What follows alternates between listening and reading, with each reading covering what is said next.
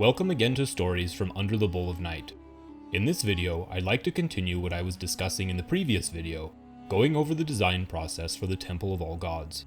If you haven't watched that video, I'll link to it here and in the description if you want to become familiar with some of the history of the temple. This video will be more philosophical than the previous one, as I'd like to explore my real-world inspirations for the Temple of All Gods and the symbolic systems that underlie those inspirations. The main topics I would like to cover today are microcosms and mandalas.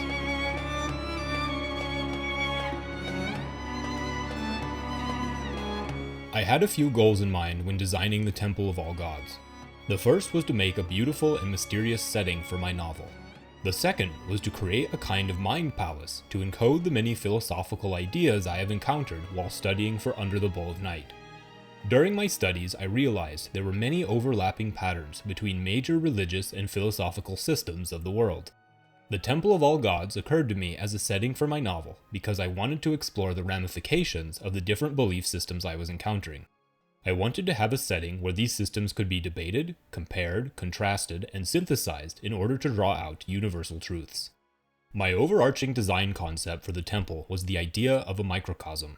Microcosms are a type of symbolic relationship, and it is an idea that comes down to us from ancient religions, philosophies, and magical practice. A microcosm is anything which serves as a symbolic expression and summation of something much larger than itself, which is in turn called a macrocosm. It is easy to identify the meaning of this word from its construction: micro for small, and cosm from root cosmos, i.e. the ordered world. Thus, the microcosm is the tiny world mirroring the larger world. Through much of the Middle Ages and Renaissance, human beings were referred to in many texts as microcosms. In this view, the human body was seen as a mystical map of the cosmos in its totality, a universe in miniature. Every organ of the human being corresponded with some aspect of nature. The sun might correspond to the heart of man, while the moon might be his spiritual nature. There was a star, plant, or stone for every organ or ailment of a human being. This correspondence was seen to be magically efficacious, and was the basis of much ancient medicine, philosophy, and astrology. It is neatly summarized in the alchemical formula, as above, so below. Microcosm-macrocosm thinking likely arises as an expression of the human capacity to generate meaning between facts through correspondences. It's the same reason a map, which is just markings on a piece of paper, can meaningfully direct the user towards real-world locations in the landscape. The map is a microcosm of the landscape, and the landscape is a macrocosm of the map.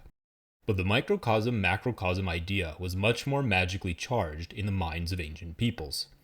For the medieval alchemist or Bronze Age priest, this relationship was more than just a metaphor, but an actual correspondence which revealed invisible but very real chains of causality. Ancient peoples saw how the position of the sun, moon, and stars in the sky influenced the seasons, the waking and sleeping cycles of animals, and even the direction plants grew. They were very aware that invisible vectors of force connected everything in nature, and of course, being human, they built machines to try and take advantage of these invisible forces.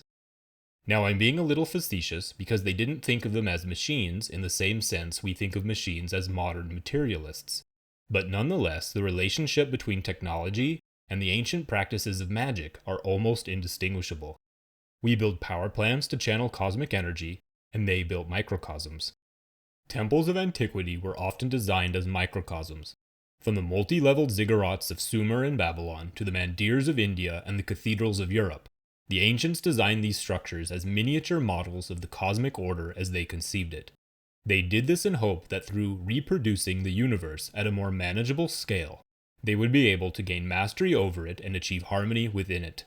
In ancient Egypt, for example, temples often hosted daily reenactments of that civilization's creation myth, with the belief being that if such organizing and stabilizing energies were not invoked daily, then the natural chaos of the world would overcome what little harmony there was and plunge the kingdom into discord.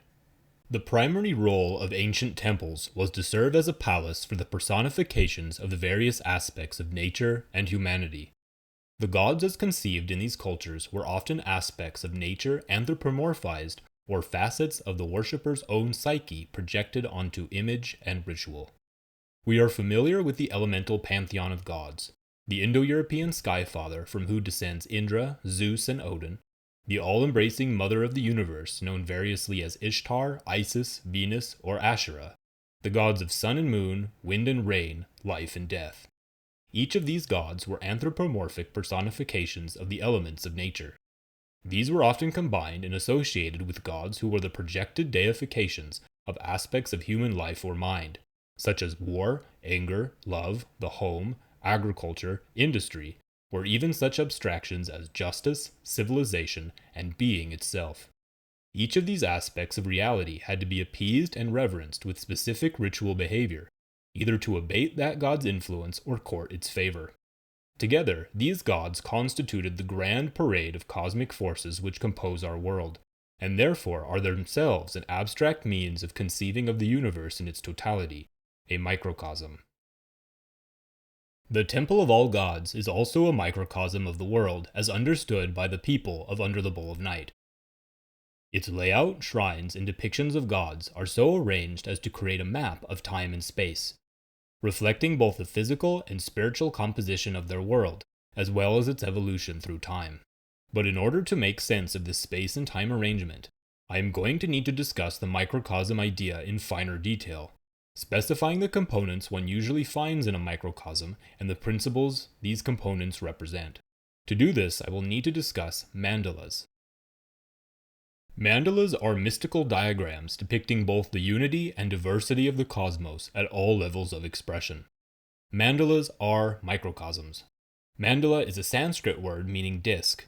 It is essentially a circle enclosing fourness, an integration between a circle and a square. This can take the form of an actual circle enclosing a square, or often the form of a cross intersecting a circle. As the great Swiss psychiatrist Carl Jung would point out in his writings, mandalas crop up in myth, art, and architecture all over the world.